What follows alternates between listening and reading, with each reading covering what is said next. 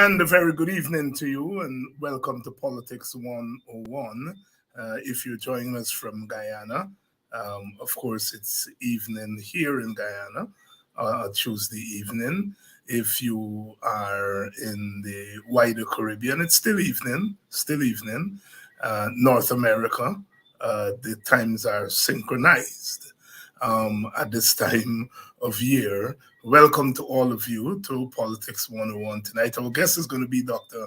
Henry Jeffrey, and we're going to be talking about some issues relating to a couple of letters he wrote, and which also formed his column that he writes for the Village Voice, which you can find online.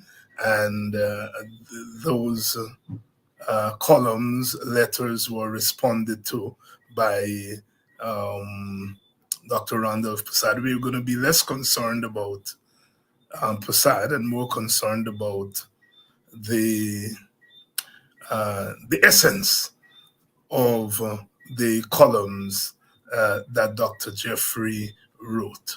So that's going to be our show tonight. Good evening to you, and welcome to Politics 101. Good evening to all of you. Good evening to the people of Buxton. I just left there today. It was a busy day. My goodness. We had two buried, two deaths there, two funerals, and gosh, when you belong to these small villages and two, 3, 4 deaths per week is a lot, and we try to go to funerals. It's a way to get to meet people these days, because a lot of the people who are older don't get to come out, and so you get to see them at funerals, also to bury the dead. And my condolences to the Barnes family, the Gordon family, Miss Elaine, who was tragically crushed by that garbage truck a few weeks ago. She was laid to rest today. On Sunday, one of my neighbors, the Sankos, condolences to them. So it's been quite a busy couple of days for us, and there are about 2 or 3 other deaths in the village. Condolences to the Samuels. Grantley's are well-known villagers, passed away. And then the young man that got shot by the police, alleged accomplice of Smalley, the fellow that they said, Howard, that they said cranked the gun or took the gun away from the police, and he was killed. I sat in the same bench with his mother at school, so I know him from a youngster. I know his father very well. And condolences to the family. So all the Buxtonians, Politics 101, good evening to you. Good evening to those of you who squeeze your little contribution in my hand. I thought, oh God, Lord, yeah, there's something about the folk, something about the villagers, and they hug you and squeeze the little thing in your hand. Thank you all for your little contributions, and they mean a whole lot, because they're coming from poor people who don't have much. And the old lady who whispered in my ears and said, "Boy, me get old, me go dead just now. When me go give a vote for you?" And it just occurred to me that yes, people in the village, watch you grow up and who never got that opportunity, if you will.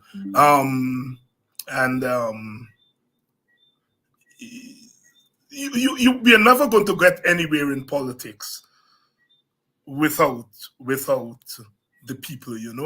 Sometimes political parties, in trying to guide the struggles, substitute their own thoughts for the people's thoughts. Sometimes the leader, the messianic leader, think that he has all the answers. But when you move among people and you hear the wisdom that's coming from there, but you also, the encouragement and the confidence, it gives you hope for your community, for your country, and for the cause that you are engaging. So I just want to again thank all the Buxtonians for their continued support, never wavering, and I am humbled to have been born in that community, to grow up there, and to still be associated with that community. Because sometimes when one gets drained, you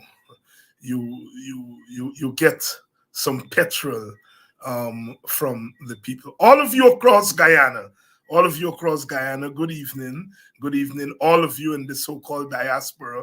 I'm wondering these days whether to refer to us as diaspora. Last week, I was on a program in Jamaica, on a Jamaica radio station, and they were discussing the question of overseas votes and whether people in the diaspora should be given a vote. And we got into a discussion about what is a diaspora. People now are living in North America and in Guyana or Trinidad or Barbados, as the case may be, split up the time, 6 months. Somebody like myself, I spend 4 or 5 months per year because of the nature of my job in the United States. I'm able to do so. I'm lucky I get to vote here most of the time. I get to run as a candidate in the party or the coalition and all that kind of stuff. But the question of what is a diaspora still the diaspora?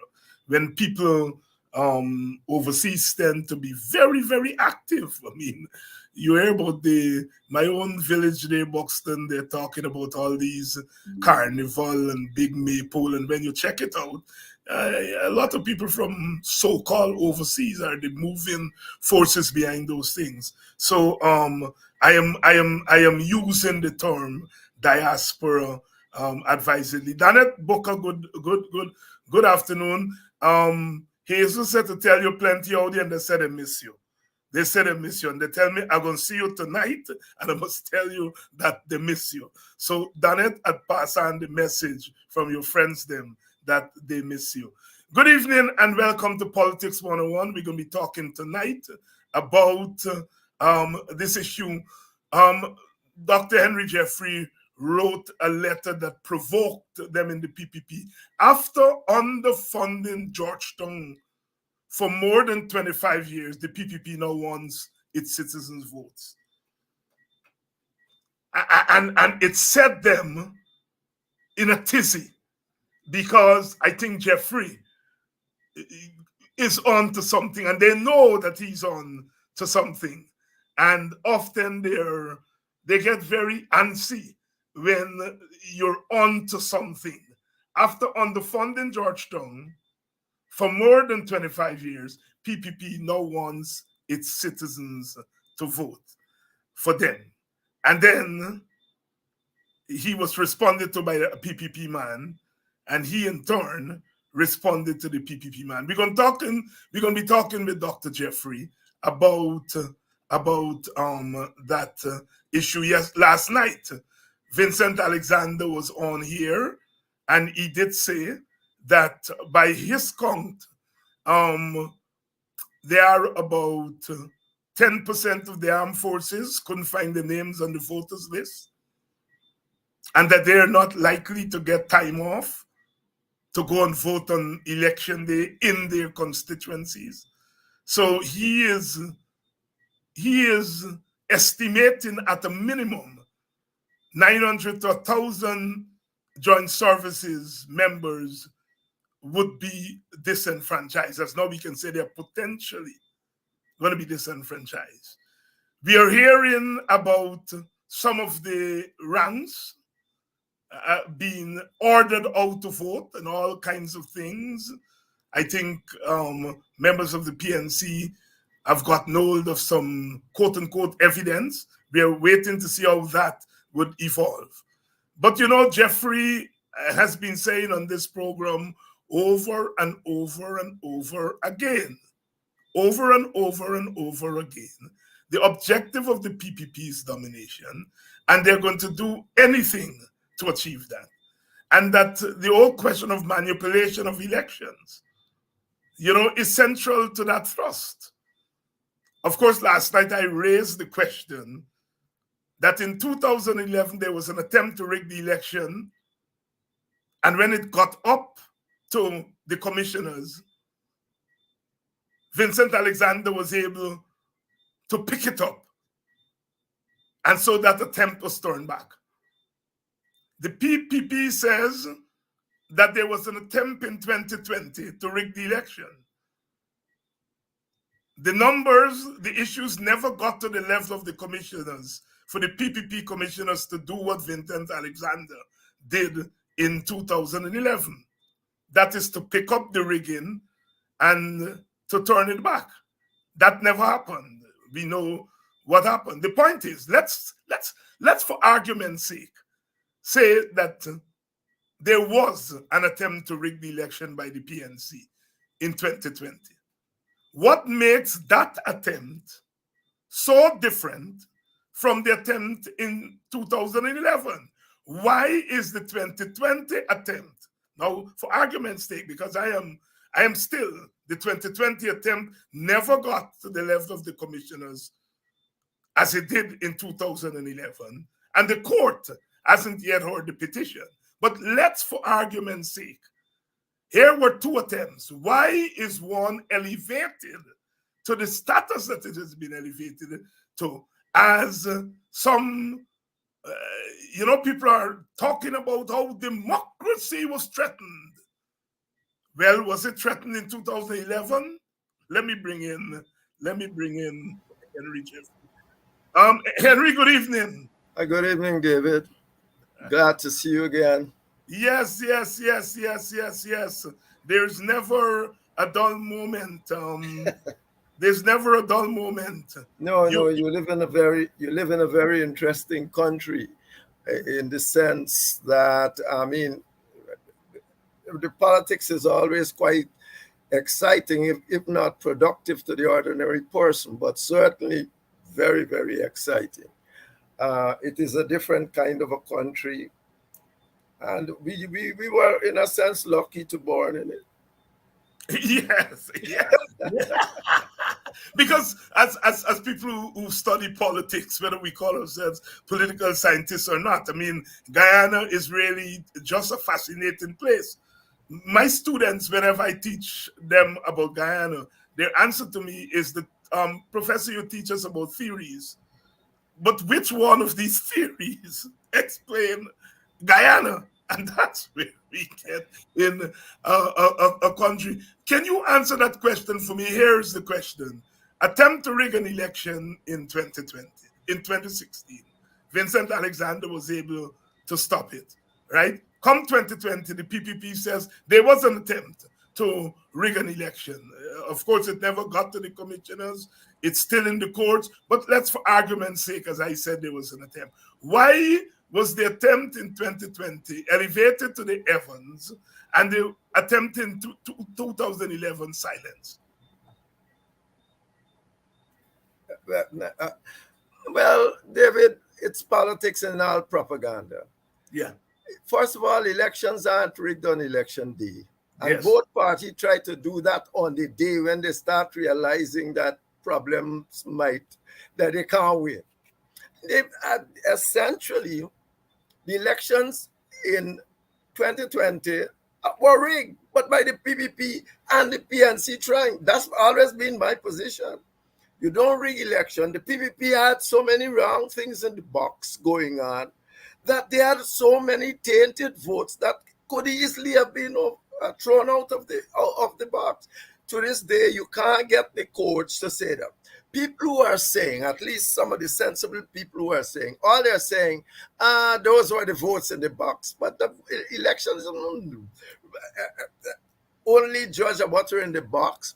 If I find out what was in the box before the election is called, it is for the election authorities to deal with it. And that election authority did not deal with it. She said she makes some story that she didn't have the power later. But that's a curious thing. Oh, I don't have the power to deal with all these people from abroad that has voted, and the people, media people start saying, oh, dead people can't vote and all of that. Yet we know it happened in Myanmar and all these places. We know it happened here also. The problem why only 22% of the people believe that this government or the governments in Guyana generally is representative of the people is because too many people are involved in the rigging. You're getting people voting all over the place, doing people know. So when other people go and ask them, they say, that is it. I mean, so the PPP rigged the election of 2020 because they end up in government. The coalition might, when they start realizing what's going on in the boxes and seeing all the difficulties, they try something from where I'm standing here. But that is not what an election is never sensibly rigged on election day. The PPP were playing with the numbers in election before. It's just that election day they got caught up with the PNC doing their own thing and moved to rig the elections. What's this? Uh-oh. Yeah, and you're still with me. You're still hearing me? Yes, I'm still hearing you. Yeah, but I don't know where this thing is gone. It's just disappeared. But we're seeing you and we're hearing you. That happens sometimes.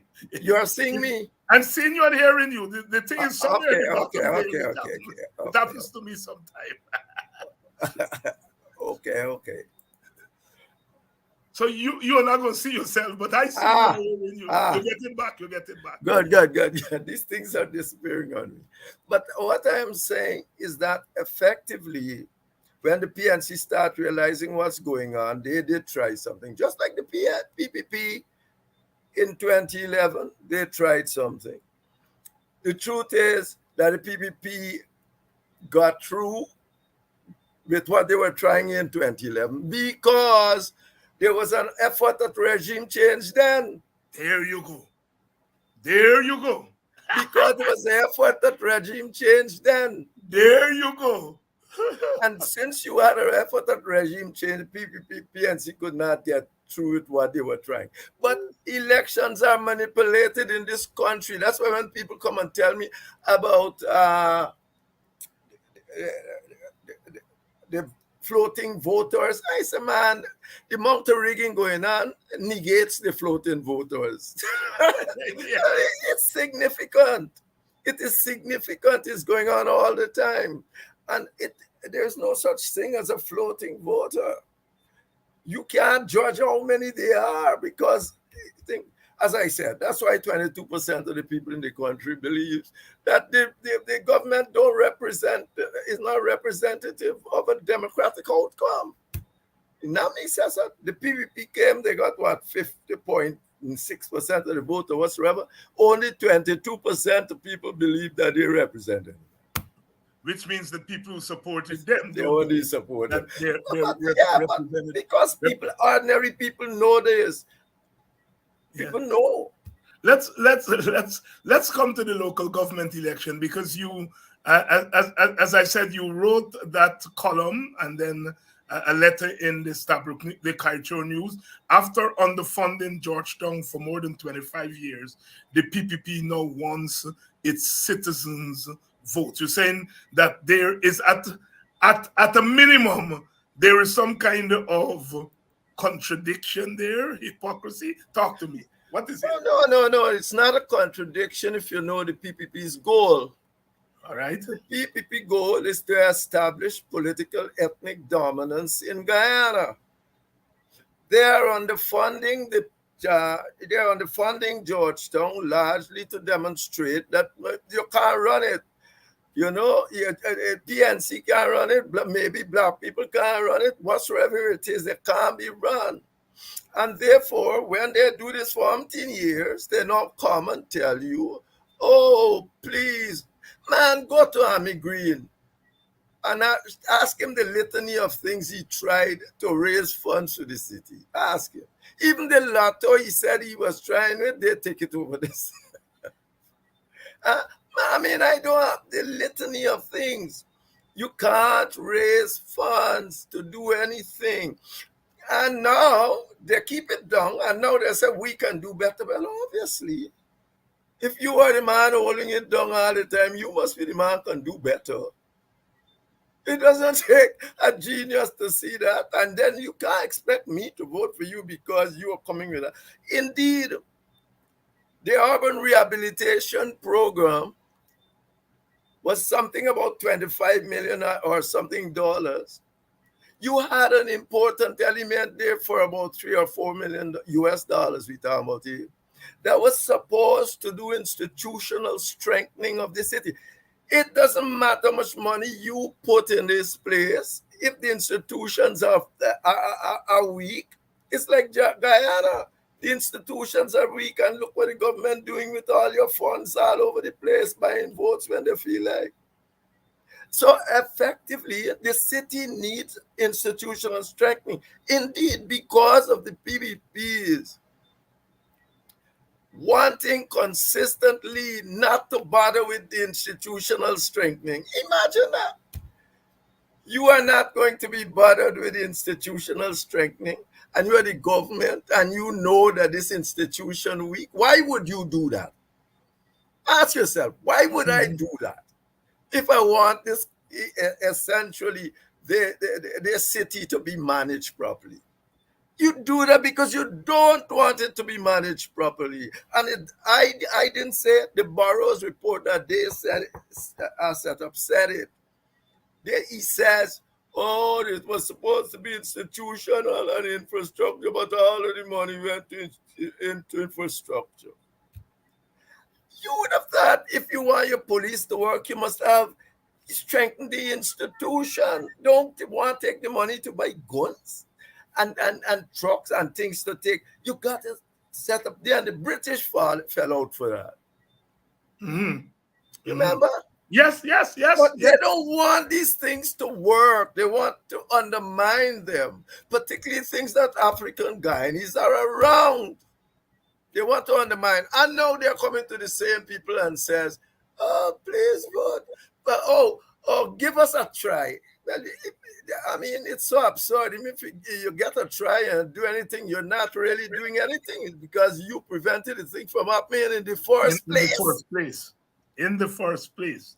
You say here, you say here, Henry, and I quote, where Africans are concerned, the politics of debasement even eschews the cultivation of the association and activities. The PPP does not only seek to stymie the freedom and prosperity of individual Africans, but also the associations that are there to aid and help them to grow and to development. Just consider what's happening to the Guyana chapter of the ITPAD, the thing. Yeah, for just objectively doing their work, national funds to which African people have equitable ownership and right have been taken away by a still questionable government with an extremely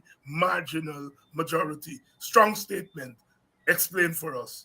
Well, what is there to explain is true.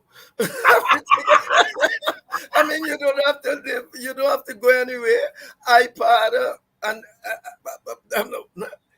they went there and they said, look, after they did their research, they found a whole lot of discrimination at the local levels all over the place.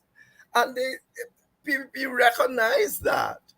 And therefore, this whole gap about when they went to Vincent and start saying, "Oh Lord, you stole money," these people went out, showed them books and all that. It made no difference. It made absolutely no difference, because effectively what they are doing is contradiction to what the PPP wants to happen. They did some research on the ground, and I believe they made a good prima facie case that any place Africans are, the result is that it's becoming decrepit. The regime is undermining it. Look. We talk about public service. And a friend called me today and he said, "You ever consider seriously what in the public service thing?" I said, "What?" He said, and I'm going to maybe write on that. He said, "Look, what is a minister's salary now?" I said, "Maybe $1 million, because in 2020, Kaicho News had a thing, but that would have put it at 980 something thousand. I said, "Maybe $1 million." He said, "What was it in 1992? I said, "Well, I was there. I mean, I know it. It was when I got there as a senior minister, it was about $21,000. He said, that is almost a 47%, a 47 times increase over that period. So to be $1 million now from 21, it's almost 47 times, not percent, times increase." He said, "If you take that 47 times that they have increased their own salary, and you put it on the public service salary, what was that?" I told him, I said, I think it was about, I was there. I mean, I said, thinking about $3,120 or something. He said, "If you put 47 times to that, what would the minimum wage of the public servants be without changing the comparativeness of which?" I said, "No." He said it would be nearly $150,000 would be the minimum wage. Mm-hmm. He said, "No, you see," he said, "it would be nearly $150,000 would be the minimum wage for public servants today. But what is the minimum wage? Half of that? Not even half of that. Not even reach half of that. It's about 70, 60 something $1,000. And who are the lower levels of the public servants that are getting this sort of thing? Oh, Africans again. Africans again. Imagine that. The minimum wage today, based on the same proportion of income given, increases given to public service as a whole, as far, would have done that if they had do it at 40. If they had done it at what they did for the public servants, they would have been getting half what they're getting now, maybe 400 something thousand dollars. Yep. So I mean, I don't argue. I argue these things. I try to be logical and be objective. I'm saying, all right.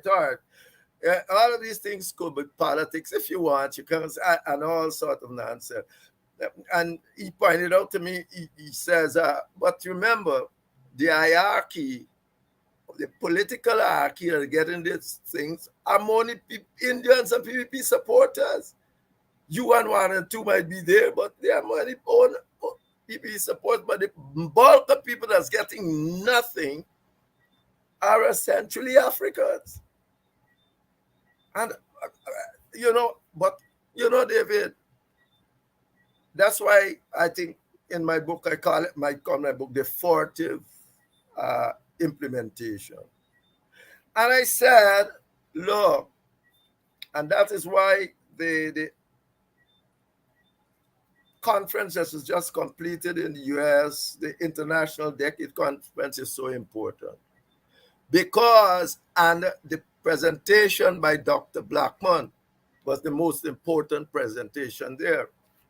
Because Dr. Blackman's presentation turned out to say, and the conference endorsed it even before, because last year they endorsed that you should do disaggregated data. Mm-hmm. And you must do disaggregated data on race, this, that, and that. Yet when you ask this government, all right, people are lying on you. They're saying nonsense about you.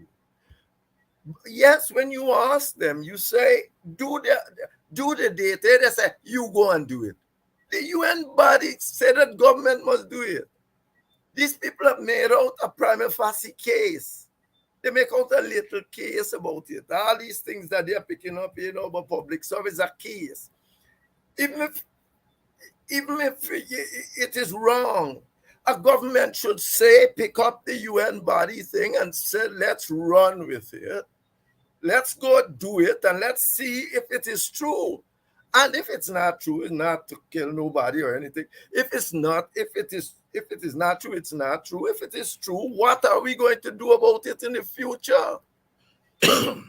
What are we going to do? But you see, that is the problem. The future. The future.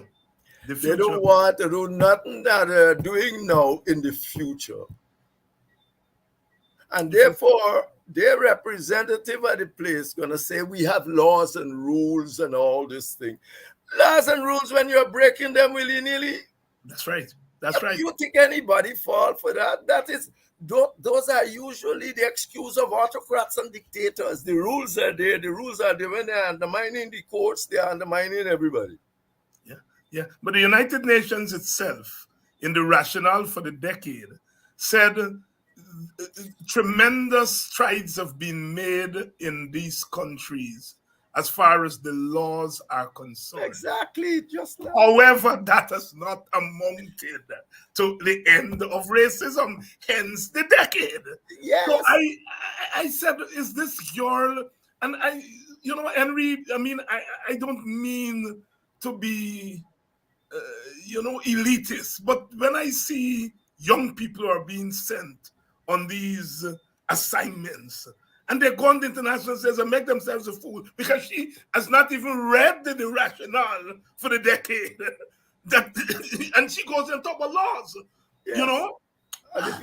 But everybody know, in the PNC who was the master to tell you about laws when you tell you anything. That's about right. He used to say the law is there, but chief, but the law, if this thing happens, the law is there, he gone again. But I'm telling you, there's an old hat that she spilled there. Yes. And yes. You're right, you're sad, but you say, how can anybody go to a place like this and say that? And I saw a letter today in the Pentagon said, well, I've done much more than under the PNC. I met the minister, I did this. In about Georgetown, and I said, what is going on? You're taking advantage of people that don't really grasp what is it that PPP is doing. And that is precisely what's going on. So effectively, as I said, I think this is the most important thing. We have to get an ethnic disparity analysis like has been done in Britain. If it's not true, now the UN said so, and the opposition and them must push for that, if not anything else. If not that, because that affects the people of Guyana directly in both governance and other things. All the thing about reparations and great, but it's secondary in terms of what is affecting our ordinary people. Look at what the man pointed out to me today about the public servants. Look at it. Today, the minimum wage should be 150,000. When I do it, it turns out to be 148, but I will quarrel. But the point is, look at it. You're not seeing it. It is there, but you're not seeing it because you don't have disaggregated data. And you don't want to do it. They're saying, you go and do it and prove it. And going to tell people, give us a chance. Well, if the gullible would, the gullible and people that are so poor and so on might, and you're doing it, but it would not satisfy the people who told them that the system is broken. What the PPP is doing right now, if they understand it, is demonstrating that this system is broken. They might know this. They think if they go there and get vote in the box, oh, that is showing they win something. If they go back, those same people will tell them, but what you have done, if you give me the whole budget to their buying votes, I can win elections too. There you go. There you go. There I you go. mean, Yeah, you made a very important point, which I want you to address here, and that is this thing about going and buying votes. That is in itself taking away the right of African Guyanese to choose their own representatives in a willing way. Expand on that for us. watch. The United Nations said it, and that is not the human rights says it. That every ethnicity has the right to choose people that they want, to do what they want, and the country's constitution and that must take into consideration. Go to Kosovo, and you will see that I think the Serbs are only now 5%, but they got a historic relationship with the country, but they're only about 5% now. And you know, the 5% of people, the constitution of Kosovo, which was supervised by the Western country during the war, give this Kosovans, give the Serbians power to stymie laws and rules because they said they had an historic relationships with this country. Much less if you have numbers. So you have this system. What the PPP is doing right now is demonstrating that the system is broken. You're running all over the place, doing all sorts of unusually moral, illegal things. You are demonstrating that the system is broken. And that is what people are telling them. So when they go back to the principles and say, we won, they're going to say, you won what? If anybody can do what you can do, buy this, we go undermine local government. You got local government, and you are going in the local government areas to give small contracts to people to do work in the local government areas. What kind of thing is it? If the local government is there, you got to deal with the local government. You might not like them. You might think they are idiots. You might do whatsoever. But they are the representatives of those communities. Why the point of having them?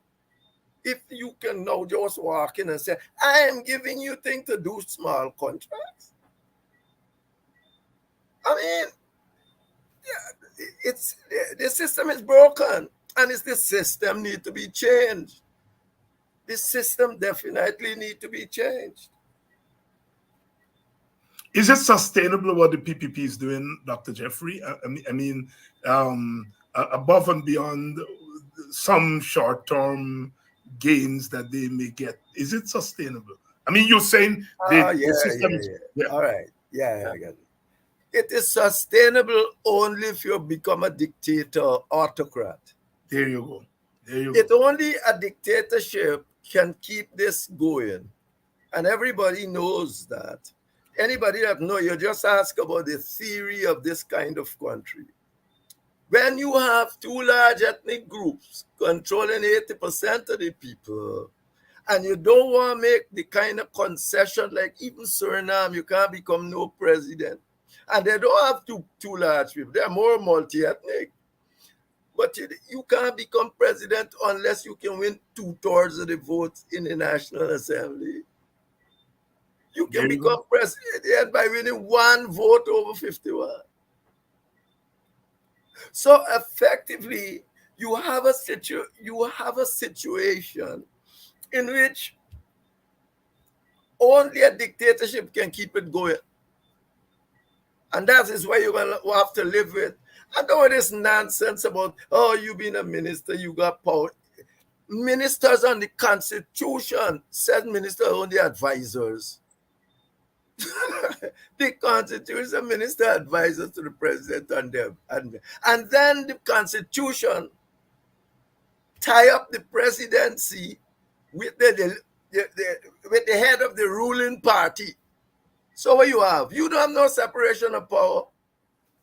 And then worse than that, you then on the mic, because Norton said no, choose the judiciary, choose who is there. You don't want to choose them.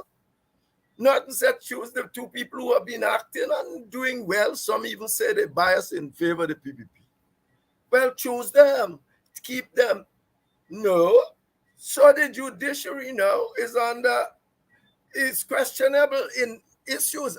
It wasn't a Trinidad lawyer that come here and said you can't get no fair case in political matters in Guyana. Right. So effectively, you don't have the fundamentals of a democratic society. Separation of powers. The party who control the executive, control the parliament, and undermine the judiciary. So it's done. What you have really is a kind of dictatorship, an autocracy, and that is what the last thing called Guyana, they said it's elected democracy. Bordering on autocracy. So Dr. that's Henry. where we are, and we gotta understand where we are doing all these shenanigans of we come give me a chance, I gonna think. No, you had a chance for 20 years. You could have, if any government could not have dealt with the opposition, even if the opposition hate them, and get Georgetown right in 20 years, the government should take a walk. And at least it demonstrates that the system that you have, you can't deal with the opposition and needs to change. So if you can't deal with the opposition, now you have to wait 20 years later and then come and say, give me a chance, I'm going to do it. What kind of nonsense? 20 years. Georgetown remained the same. So, I mean, but here we go. It's what is this? Yes. Are you surprised to learn that at a minimum, and this is Vincent Alexander saying it, at a minimum on Friday, 10% of the armed forces did not get to vote because they could not find their names on the list where they're working. And Vincent said that he drew this thing to the attention of GCOM. And apparently the government commissioners argued that to ensure that the list at the place where people are stationed are in order, they said it's too much work. And so people went where they're working, found out that their names are not on the list. They could still vote but they will have to travel to their constituency to vote. We know that no government is going to allow police and soldier time off on election day. Talk to us, what's happening there? But Vincent, but David, why are you asking me that for? Because you are the analyst. No, were you surprised? No, I am not surprised. And I'm not surprised. Nobody in Guyana is surprised. 80% of the people here in the PPP doing this thing are not surprised. Because they're expecting more, and there's going to be more to come. Yeah. This is not something to surprise you. This is what has been going on for the longest while. So no, I'm not surprised. I'm expecting anything else to happen with votes. So you're going to get up and say, I've got X votes in the thing. If I was the people you got to talk to, and say, please don't even let's talk about how you get them votes. Because now votes in the box we talking, some legality about it. We are talking about getting democratic votes in the box. And what you'd have done has gotten no democratic vote. Maybe some of your hardcore supporters, maybe. Because you got no democratic votes in the box. You went doing all machinations to do. Why you think the whole question about election financing is so important? Why? Because if you got a whole lot of money, you can try to do anything and buy over people to do anything. Yeah, yeah, yeah, yeah. And interestingly, the court didn't do anything to deal with the question of the gerrymandered boundaries. And what we are hearing now, as a result of the gerrymandered boundaries, ballot boxes, which should be in one constituency are in another constituency, and a whole set of confusion that's happening there. Talk a little bit about the court here, because many people are saying that the court is biased towards the PPP. I am not prepared to go there, but I do believe that the kind of jurisprudence, the kind of conservative jurisprudence that we are seeing from our court is really not helping the situation here. What do you think? Let me say that on the important issue, when the issue is important, the court has tended to go with the PPP. There's a whole lot of little issues. Indeed, I won a bet the other day when they said, the minute the court said something to the effect, oh, they throw Jagdeo and Nandilal thing, you remember? From joining in the case, yes. Yes, and then people come and say but that is an insubstantial case. Whether not they are not they, but I'm going to bet you this, they win the rest, the remainder. Because that has been the trend. So you might fall for that. Indeed, they might have gone in there to make you fall for that. But I am not. I mean, as I said, a lawyer come in Trinidad, a senior lad, I can't remember his name, an Indian lawyer that I thought he was. Yes, he's an Indian lawyer. I'm trying to remember. Yeah. But you see, politics is a lot about perception and what people perceive and what people believe and all that. You have to believe in a politician to go and vote for him and all sort of thing. You don't even know what sort of caliber he is. You have to believe and so on. You are a political party. If the amount of people start believing that, you have a problem. Regardless or not if it is true or false. You have a problem. The question is how to solve that problem, not to go along like nothing happened. And that's what this government does because it serves its purpose. You can't go along like if nothing is wrong when people start believing all of that. Even I saw a report talking about the courts the other day, an international report criticizing the courts. So like you can never know, but the PPP, when it matters, seem to come out on top on the judicial decisions that are reported. And that's a fact. And as you said, over time, yes, perception becomes reality. Perception becomes reality. Henry, we haven't talked since the Madhya stuff. Yeah. You were once minister. You were once Minister of Education, I think. Yeah, you were once Minister of Education, and so you're familiar with these issues. I saw the report there on the UNICEF report, and I found that of all of them, I found that the most damning, because this report is there. The government can't now said it didn't have a report from an international agency that really spoke to the systemic breakdown. How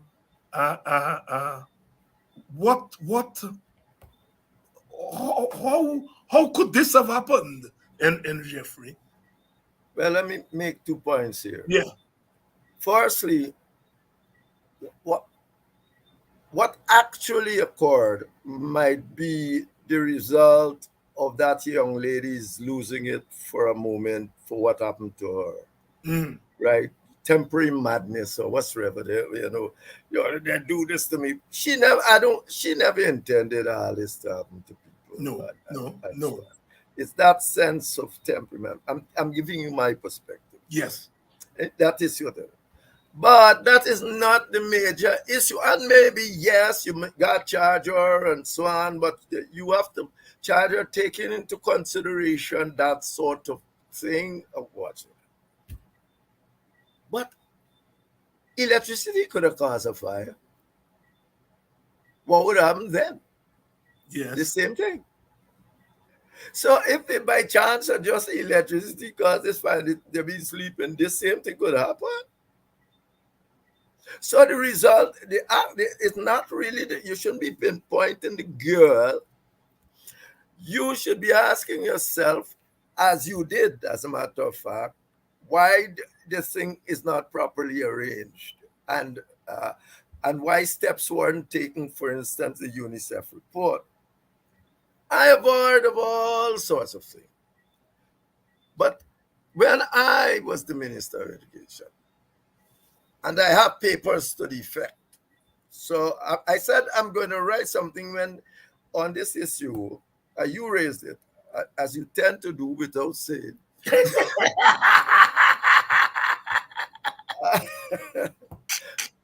I said when this is blown over, I'm going to publish one of the things we do. But let me give you a broad. A ministry is there to do three basic things. They are there to create the plan for the education sector, to monitor the education sector, and to represent the education sector and any sector in the wider world and in Guyana, right? Three. That is all they got to do. But it's not as simple as that.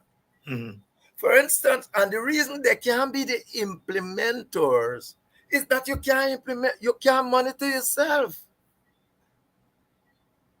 You can't plan for the thing, run the thing, and then monitor the thing, monitor what went wrong. So normally in public and management and so on, you got to be the planner, you have to be the monitor, and you have to. When I was there, I made a point of setting up regional education committees. It is true that the government always, like at this site, even before PPP, that the implementers of the system would be regional. The regional system supposed to implement.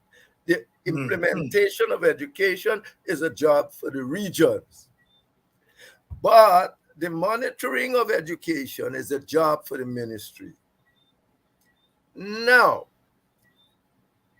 what do you mean by monitoring? You can't say you didn't know, because monitoring don't mean wait till the year end and then ask for a report. When I left the ministry, we put out a monitoring system with about 13 headings. One of them had to do physical inspection certificate that had to come every 3 months to the Ministry of Education. And it didn't have, I placed computer people in every region,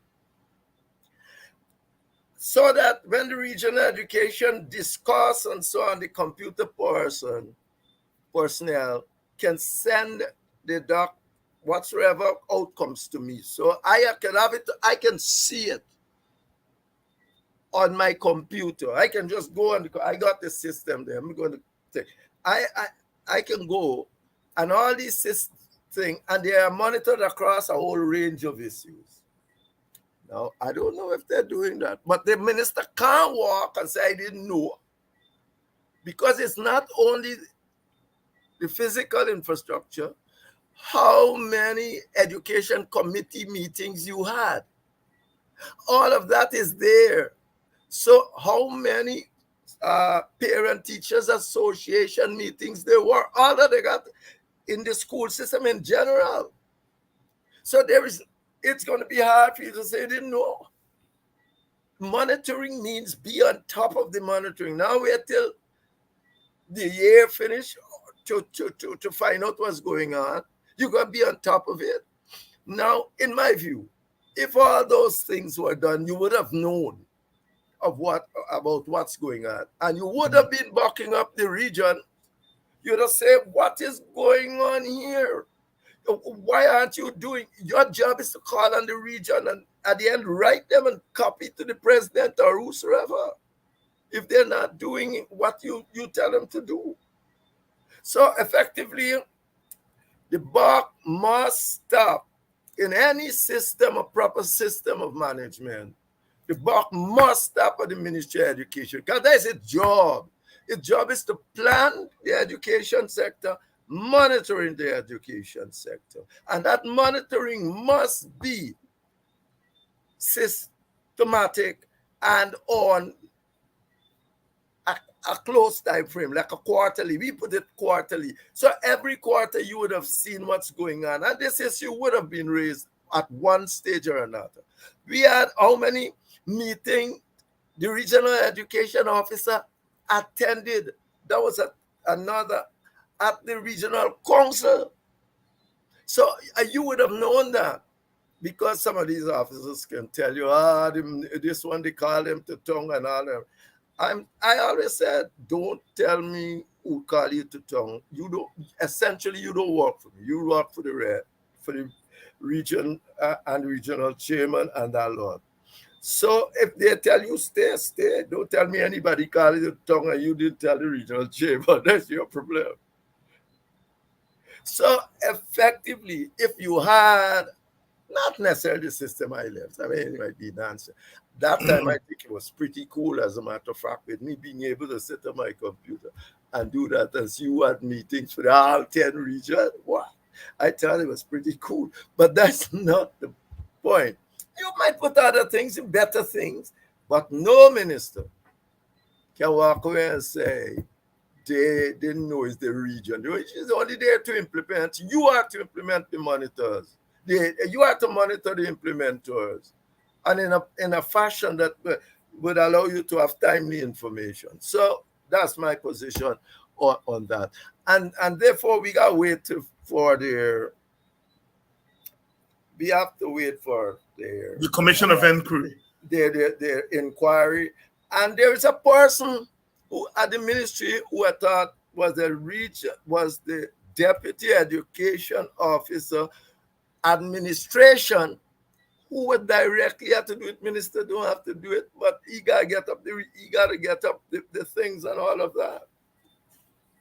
So that's where I am with this. That's where you are with that. Henry Jeffrey tonight. We spend most of our time, of course, talking about this call by the PPP to give them a chance to run the cities when they are the ones who have run down the cities.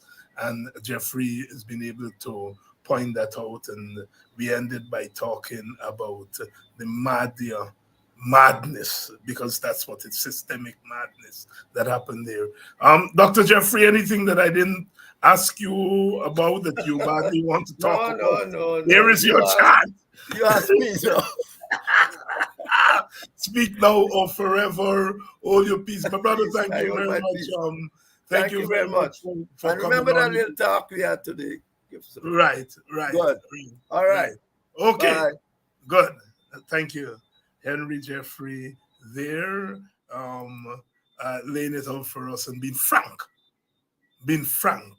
as he always is. I want to thank you all for coming on. I'll be back tomorrow night. Tomorrow night is Wednesday night. I don't know who I have on. I know Hamilton Green is coming. And I've got to check in with the local government people, what's happening there on the ground. But we'll be back tomorrow night. We'll be back tomorrow night. Remember what we said? We said the elections were going to be rigged. And it didn't take an expert to know that. And now we see what's happening in the armed forces. We saw what happened with the candidates list and the backers for the candidates list. And now we are hearing some of the PNC candidates are saying that the gerrymandering is going to affect the outcome. So we said that the elections were going to be rigged, and the PPP has begun to rig the hell out of the elections. This is what we are facing. This is what we are facing in this country. A brazen, barefaced set of people. So our job is cut out. The PNC, APNU is contesting the election. I am not going to sit here and tell people not to go and cast their vote. That is your vote is your personal weapon. People have died for it. They've shed blood for it. And your vote is your personal weapon.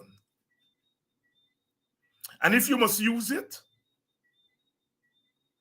against those who are working against your interest. Against your interest. Remember what's my motto here on this program as regard local government elections, as regard elections right now. To participate in elections that you know that are going to be rigged is perhaps not the best option. However,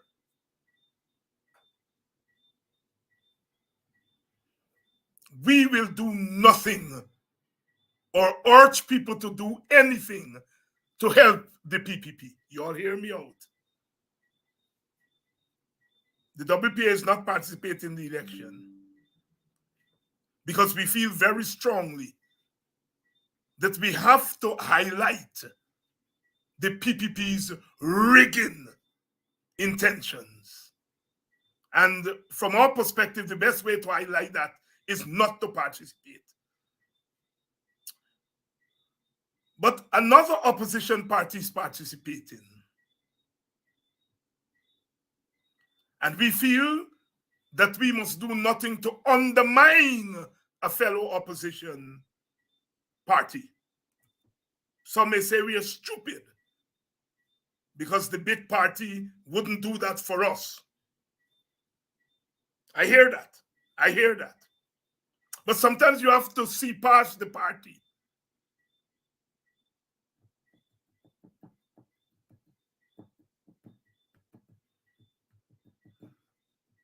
Do nothing to help the PPP.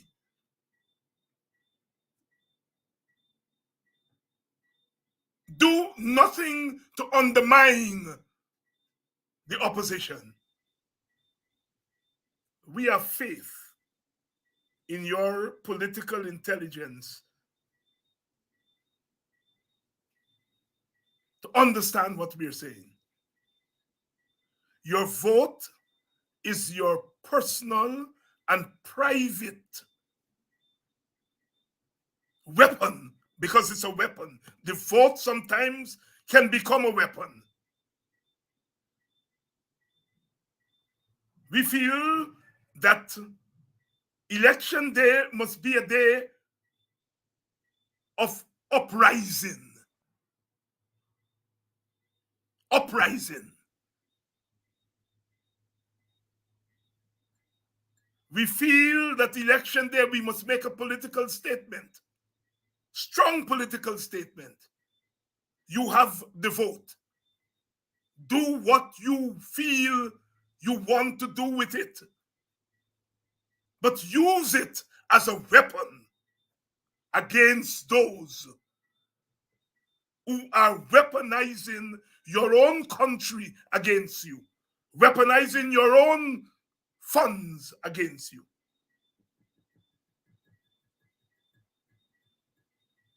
Whatever you want to do with your vote on Monday, it's your choice.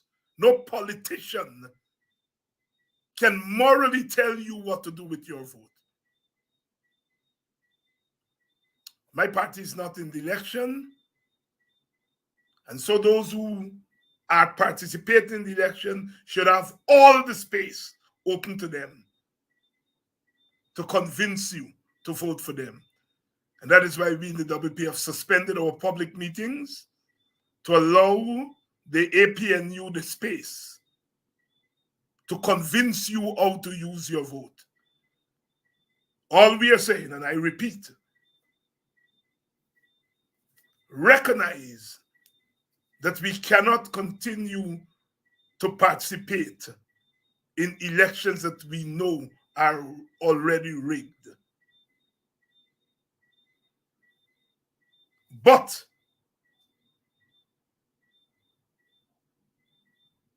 this is not the time to do anything to help the PPP. And this is not the time to do anything to undermine the opposition.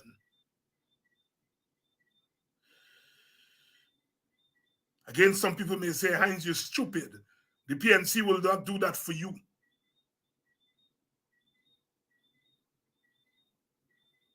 I'm looking past that.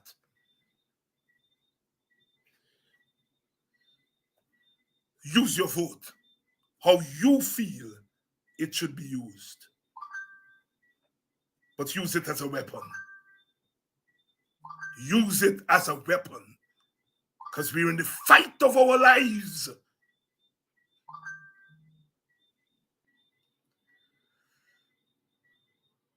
And we may not have much, but we have the vote. And that vote is being manipulated and stolen even before you cast it.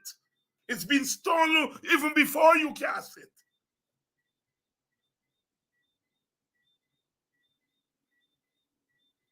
We know that. But still, this is no time for sport. Use the vote as the weapon.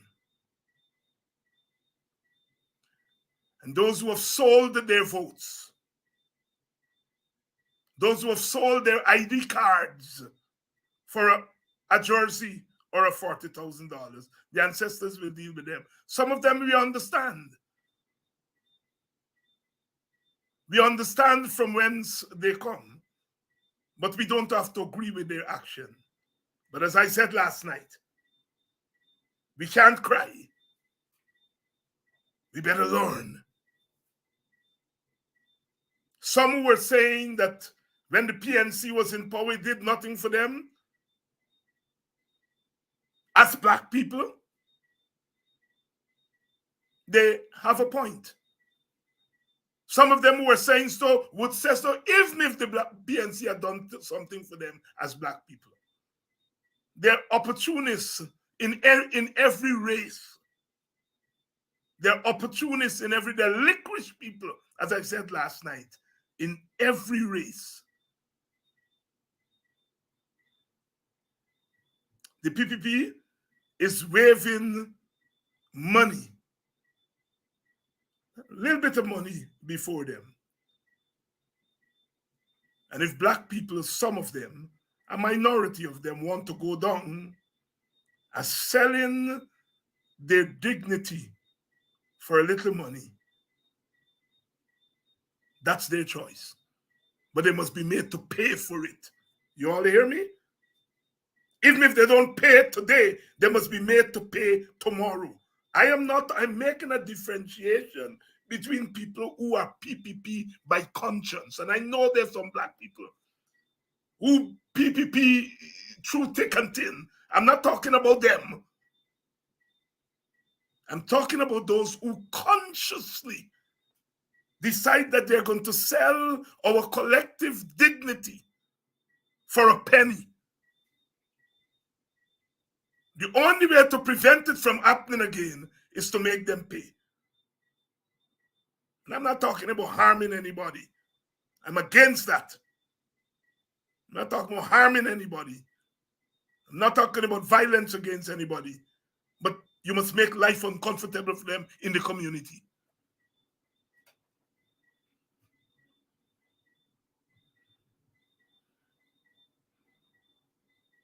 When I was a small boy, I behave bad, I get licks. But sometimes my auntie never used to beat. She stopped talk to you. Oh, Jesus Christ. You all know what I'm talking about. Stop talking to you for 2-3 days. And that used to hurt more than licks. They must be made to pay. Those who are selling their dignity. And the first way to make them pay is for you to use your vote as a weapon against the slave master who's catching them. That's the first thing to make them pay, is to use your vote to punish the slave master. I'm not telling you how to vote, whether to vote at all. That's your decision. What I'm saying, use your vote to punish the slave master. Eric Williams said, Master Day, done. Master Day must done.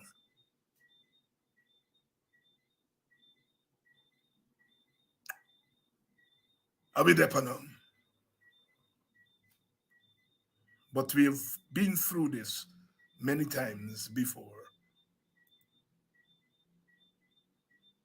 And we're going to make it through. See you all tomorrow night.